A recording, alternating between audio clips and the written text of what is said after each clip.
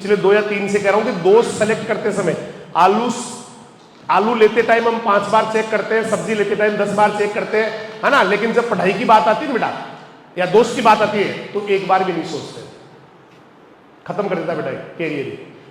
हालांकि बहुत अच्छे दोस्त बहुत अच्छा भी कर देते हैं। कई बार कोई बच्ची आई, उसको कैसे पढ़ना है पता नहीं, लेकिन एक बच्ची बहुत अच्छी बच्ची है जिसको सारा पता है, वो पहले से अपने सीनियर से सीख चुकी है, और धीरे धीरे उसने भी वैसे ही पढ़ना शुरू कर दिया, उसी तरह से नोट्स बनाना शुरू कर दिया, उसी तरह से क्वेश्चन को सोल्व करना शुरू कर दिया, उसी तरह से जो है ना एक एक चीज को बहुत बारीकी से देखना शुरू कर दिया, उसी तरह से डीपीपी को डेली सोल्व करना, उसके साथ उसकी हैबिट चेंज हो गई, वो बहुत गजब कर गई, बहुत शानदार कर गई। इसलिए ना बहुत ध्यान से दोस्त सेलेक्ट करो बेटा, फर्क नहीं पड़ता है। वैसे दोस्तों की जरूरी नहीं है, दोस्त होना जरूरी नहीं है बेटा, दोस्त होना जरूरी नहीं है। आपको लगता है कोई ऐसा दोस्त है ही नहीं जो इस तरह से बात करता है, अपने आप को आइसोलेट कर लो बेटा, अलग कर लो, अकेले रहो। अगर आपको लगता है ऐसा कोई दोस्त है नहीं जिससे मैं ज्यादा अपने से बेटर मानता हूं या अपने से अच्छा कुछ सिखा सकता है मुझे, कोई नहीं, अलग कर लो बेटा। क्योंकि शेरों के दोस्त नहीं होते बेटा, झुंड भेड़ को चाहिए। शेर तो अकेला ही लड़ता है बेटा, शेर तो अपने दम पे राजा बनता है, शेर तो अपने दम पे ही जिंदगी जीता है, किसी और के भरोसे नहीं जीता है। इसलिए दोस्त अगर आपको लगता है ना काम के नहीं है, हटा दो सिस्टम से, डिलीट कर दो बेटा उनको, अपने लाइफ से हटाई दो उनको, और खूब जो करना चाहते हो ना उसको बार बार बेटा अपने दिमाग में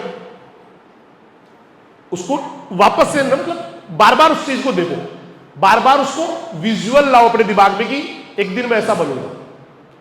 नीट का जैसे कोई बच्चा है, या साइंस का कोई बच्चा है, या जेई का बच्चा है, तो बार बार बेटा अपने आप को ना एकदम स्टेथोस्कोप के साथ उस डॉक्टर वाली ड्रेस में, या फिर कोई इंजीनियरिंग कर रहा है तो अपने आप को एक इंजीनियर की तरह, है ना, पूरा वो हेलमेट लगा होता है, उस तरह से अपने आप को बार बार विजुअलाइज करें।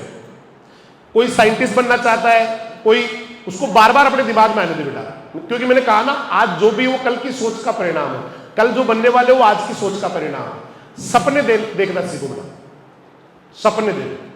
कितने बच्चों को लगता है सपने देखना इजी है? क्वेश्चन रिपीट करता हूं, कितने बच्चों को लगता है कि सपने देखना इजी है?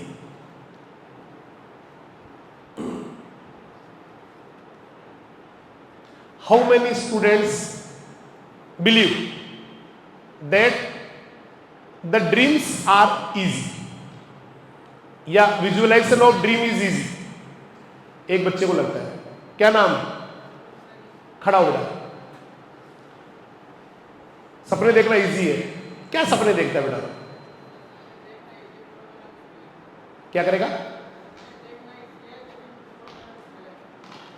सपने देखना तो इजी नहीं है, बैठ जाता। सपने देखना इजी नहीं है। अगर सपने देखना इजी है तो फिर सपना आपका छोटा है, सपना छोटा है बेटा।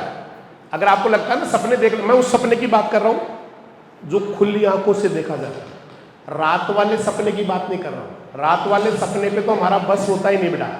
रात वाले सपने में तो हम क्या देखे क्या नहीं देखे हमें नहीं पता होता उसका। मैं उस सपने की बात करता हूं जो इंसान खुली आंखों से देखता है, अपने आप को एज ए डॉक्टर देखता है, अपने आप को आईएएस के रूप में देखता है, अपने आप को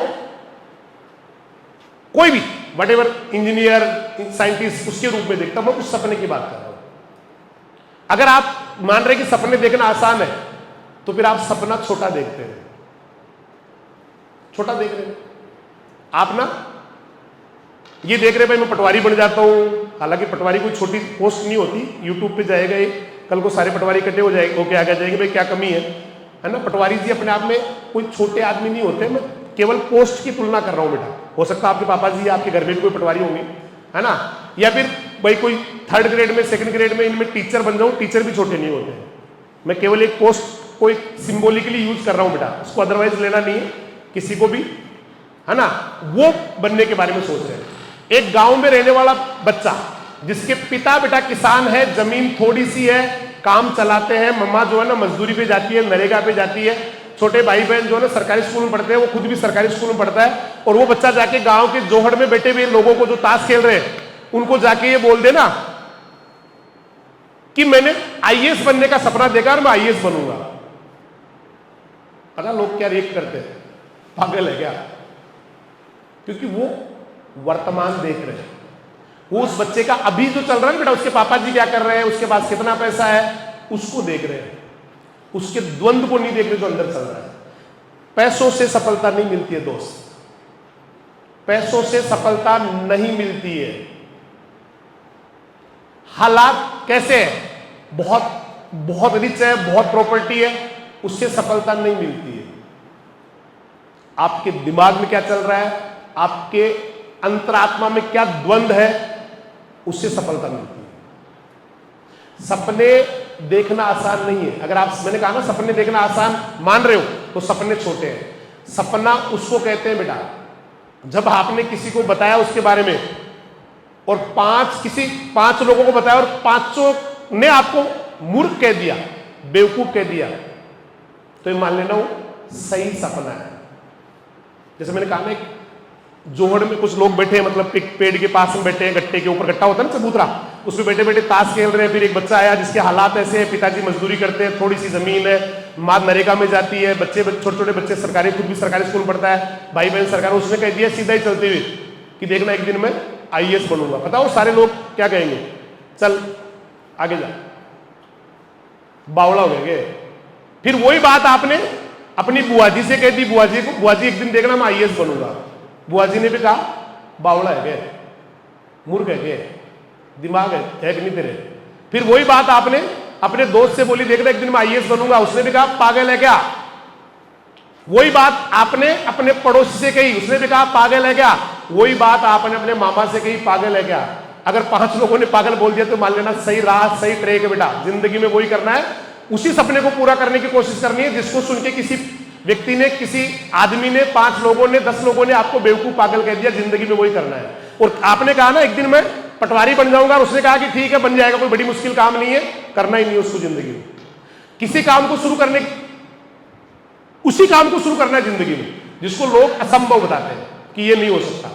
क्योंकि वो मैंने कहा ना, वो आपका वर्तमान देख रहे हैं बेटा, अभी क्या चल रहा है, आपका परसेंटेज, आपका अभी जो फैमिली का जो बैकग्राउंड है उसको देख रहे हैं, आपके अंतर द्वंद्व को नहीं देख पा रहे जो आपके अंदर चल रहा है। सपनों में बहुत ताकत होती है बेटा, बहुत ताकत होती है। किसी भी काम को, कोई भी लक्ष्य प्राप्त करना है। मैंने शुरू में एक कहानी सुनाई थी आपको, एक आदमी की, शुरू वाले में, जिसमें एक व्यक्ति होता है, बहुत बड़ा आर्कर होता है, वो आर्चर होता है, धनुर्धर, और 196 इवेंट्स में उसने भाग लिया था बेटा। अपनी जिंदगी में 196 इवेंट में भाग लिया था, किसी को याद हो। और किसी में 2 नंबर पे नहीं आया था वो, किसी में भी वो 2 नंबर पे नहीं आया था, हमेशा 1 नंबर पे आता था। और जब वो किसी इवेंट में जाता था तो बाकी लोग अपना नाम कटवा लेते थे, क्योंकि उनको पता था अब नंबर 1 आना नहीं, क्योंकि उसी का नंबर 1 आएगा। फिर मैंने उसके आगे कहा था, अगर उसके भी आंखों में पट्टी बांध दी जाए और उसको ऐसे ऐसे करके घुमा दिया जाए और फिर कहे कि लगाई, मतलब उसका निशाना बहुत तगड़ा होता था। मैंने उस दिन वहां से बताया था कि मान लो उसको कहा गया ये पॉइंट दिख गया, यहां से उसको ये पॉइंट दिख रहा है, और उसने बेटा 100 मीटर से वहां से एरो चलाया, तीर चलाया, इसी पॉइंट पे लगता था। सेकंड अगर एरो चलाता था वो, तो पहले वाले एरो को वो बीच में से चीर देता था, काट देता था। इतना भयंकर निशाना था उसका। फिर मैंने आगे कहा था कि अगर उसी आदमी की आंखों में पट्टी बांध दे, उसको ऐसे 5-4 बार घुमा के फिर कहे लगाओ निशाना, लगा पाएगा? नो, बिकॉज उसके पास कोई एम नहीं है, टारगेट नहीं है, जगह नहीं दिख रही उसको कहां लगाना निशाना। वो केवल अंधेरे में तीर चलाएगा बेटा। ऐसे ही अंधेरा हो गया, आंखों के सामने पट्टी बंदी हो, अंधेरा ही वो ऐसे चलाएगा, तो या तो वो जो चलाने के लिए बोल रहा है ना उसकी आंख फोड़ देगा, या पास में बंदी हुई भैंस है उसके आर पार निकल जाएगा, या कोई दीवार से टकरा के नीचे टूट के गिर जाएगा।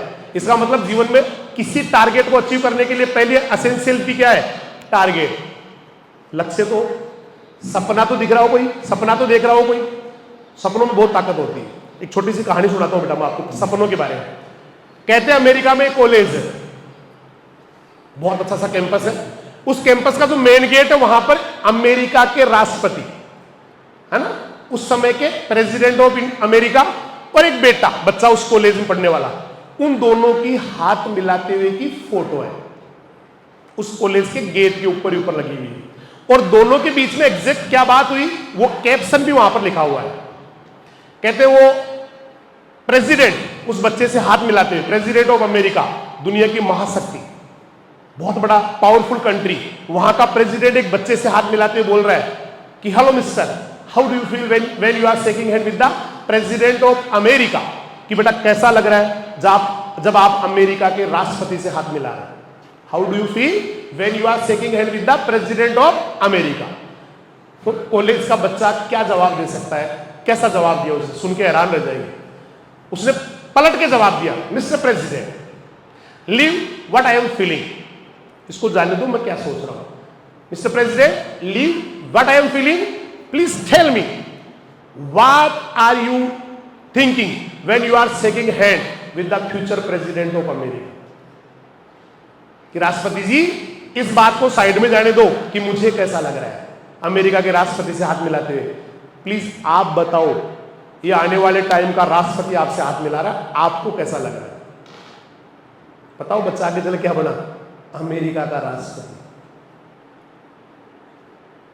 उस बच्चे ने कॉलेज टाइम में अनाउंस कर दिया कि mister president how do you feel when you are shaking hand with the future president of America, कि आप आने वाले टाइम के अमेरिका के राष्ट्रपति से हाथ मिला रहे हैं, आपको कैसा महसूस हो रहा है, आप बताओ ना प्लीज, कैसा लग रहा है आपको।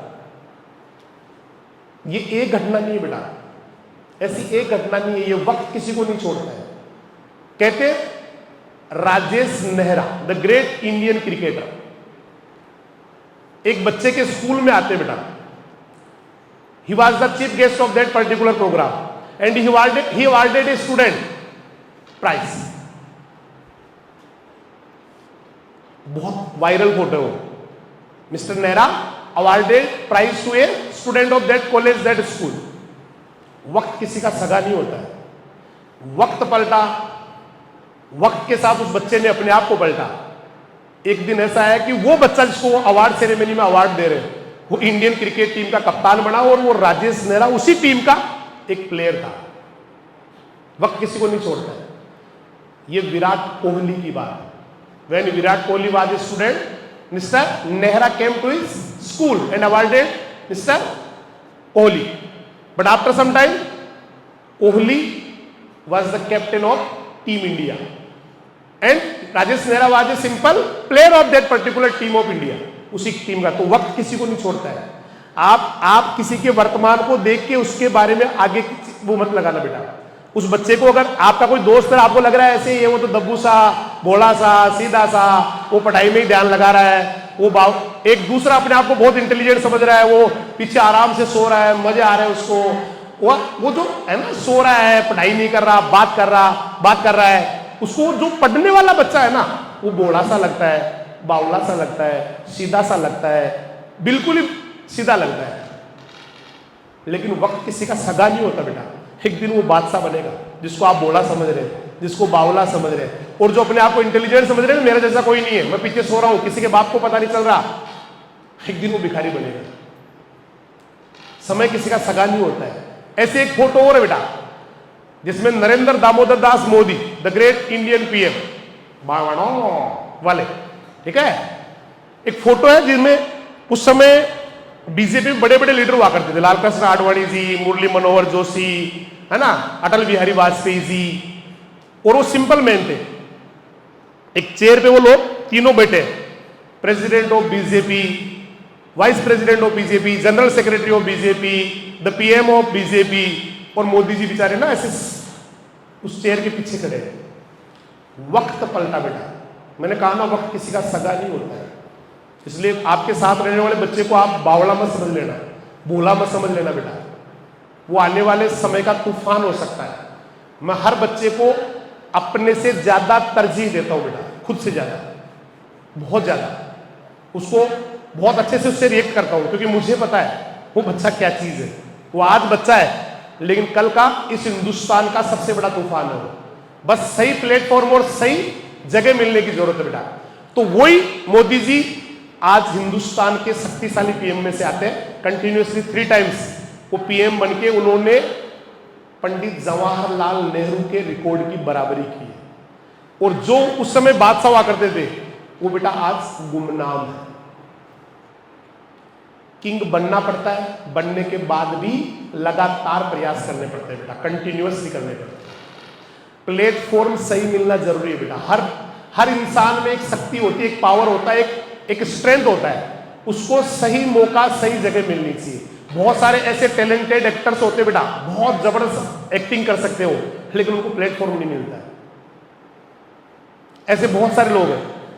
क्या आपको लगता है कि दुनिया में ये अमिताभ बच्चन और शाहरुख खान जिनको आप बोलते हैं, या जो भी आपके अक्षय कुमार, ये क्या दुनिया के बेहतरीन एक्टर है? इनसे हजारों करोड़ों एक्टर बेटा, इनसे बेहतर एक्टर है, लेकिन उनको प्लेटफॉर्म नहीं मिला बेटा, उनको सही मौका नहीं मिला, इसलिए वो गुमनाम जिंदगी जी रहे हैं। जब सही प्लेटफॉर्म मिलता है ना बेटा, ऑटोमेटिकली अपनी प्रतिभा, अपनी क्षमताएं बाहर आती है बेटा।